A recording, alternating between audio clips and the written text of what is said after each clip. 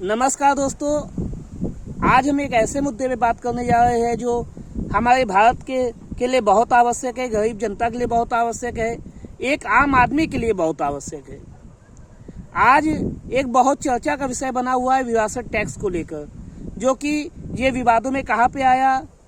ये विपक्ष के एक नेता ने कह दिया कि भारत में विरासत टैक्स लगाया जाना चाहिए।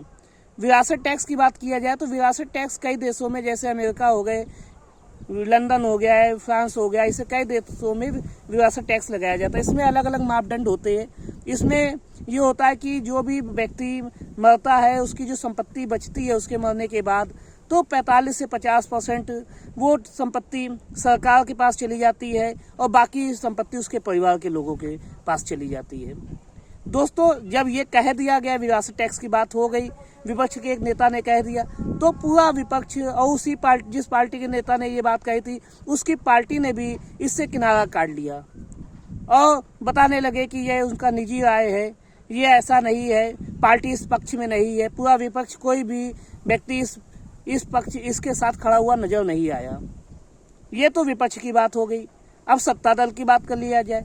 सत्ता दल ने भी इससे किनारा काट लिया और कहने लगे कि ये विपक्ष की एक चाल है, वे भारत में इस टैक्स को लागू करना चाहते हैं। टोटल मिला के विपक्ष और सत्ता दल दोनों ने इस टैक्स का विरोध किया। दोस्तों, बात करते हैं विरासत टैक्स की। अगर तो एक तरफ है गरीब भारत, एक तरफ है अमीर भारत। गरीब भारत जो है उसके बहुत ही ज़्यादा उसके दिन बदतर है। कहीं ना कहीं वो भुखमरी की कगार पे खड़ा हुआ है। ये नौबत है देश में कि उसको राशन फ्री में दिया जा रहा है। तो दोस्तों, समझ लीजिए कि हमारे भारत में कैसी स्थिति है। और यदि अमीर भारत की बात की जाए तो आप देख लीजिए, सोने की टपों में बात होती है कि चर्चा में क्या होता है कि देखिए वो सोने के टब में नहाते स्नान करते हैं। उनके पास कितनी बड़ी गाड़ी है, कितनी महंगी गाड़ी है, कितना बड़ा बंगला है, कितनी प्रॉपर्टी है, इसको दिखाया जाता है। और अगर दूसरी तरफ देख लीजिए तो वो देख लीजिए गरीब लोगों को। एक तरफ उन लोगों को देख लीजिए, मजदूरों को देख लीजिए जो किन्हीं चौराहों में एक टोली बनाकर खड़े होते हैं। कुछ लोगों को तो काम मिलता है और कुछ लोग बेचारे निराश होकर घर लौटते हैं और भूखे बहुत से लोग तो उसमें भूखे भी सोते हैं। बहुत से लोग फुटपाथों में सोते हुए दिखाई दे जाएंगे। आप जहाँ भी रहते हैं वहाँ पे चलिए तो देखिए, ना जाने कितने लोग ऐसे होंगे जो फुटपाथ पे सोते हुए दिखाई देते हैं। कितने लोग गरीबी की हालत में भीख मांगते हुए दिखाई देते हैं। और कहा भी जाता है कि एक तरफ 90% जो पैसा संपत्ति है वो एक भारत के पास है, अमीर भारत के पास है, और जो बाकी चीजें हैं, जो 10% है वो एक तरफ है। तो मतलब समझ लीजिए 90% की जितनी आमदनी है उतनी 10% के पास है। तो सोच लीजिए कहीं ना कहीं कितनी ये असमानता की बात है। अब तो इसमें क्यों नहीं विरासत टैक्स लागू किया जाना चाहिए? ये आम जनता के बीच में सवाल होना चाहिए। इसमें क्या बुराई है कि अगर मानिए कोई संपत्ति, किसी व्यक्तिगत संपत्ति तो नहीं, अरबों खरबों है, जो उसकी चर्चा होने लगे और एक तरफ भुखमरी पे खड़े लोगों की नहीं चर्चा होती है, उनको नहीं देखा जाता है, तो क्यों नहीं इस प्रकार का टैक्स लागू किया जाना चाहिए? हाँ, ये जब मुद्दा आया तो इसमें कई लोग, कई पार्टी, विपक्ष और विशेषज्ञ, खासतौर पे वो लोग जो अमीरों के साथ रहते हैं, उन्हीं से पगारें पाते हैं, वो लोग, या और भी बहुत से लोगों के ये इसमें बयान आए कि अगर ये विरासत का टैक्स लागू किया जाएगा भारत में तो कहीं ना कहीं भारत में भारत की जो विकास की गति है वह रुक जाएगी।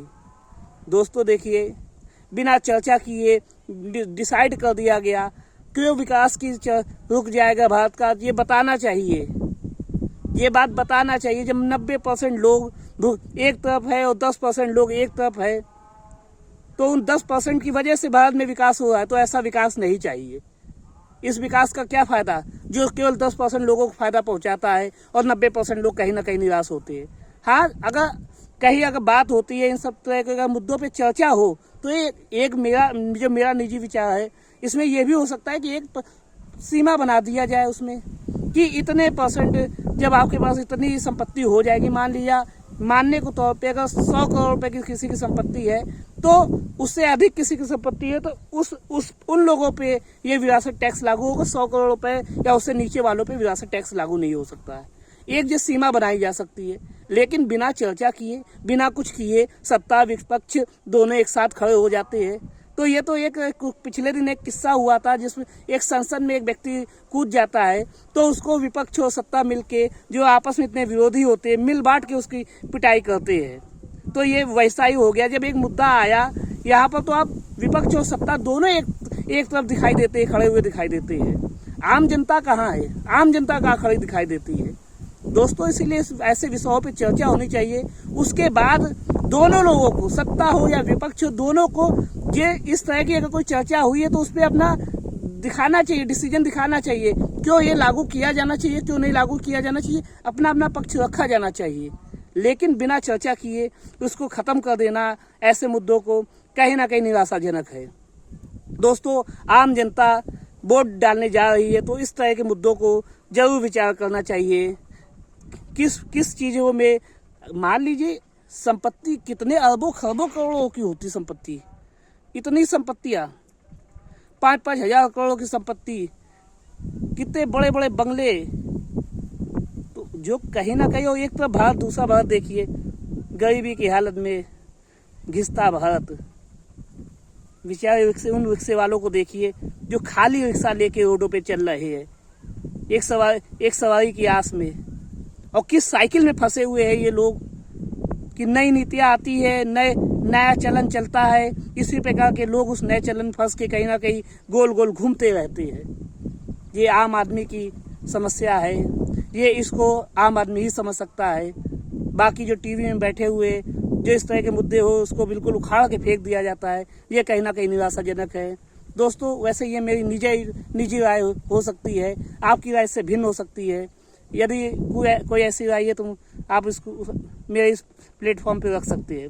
जय हिंद, जय भारत।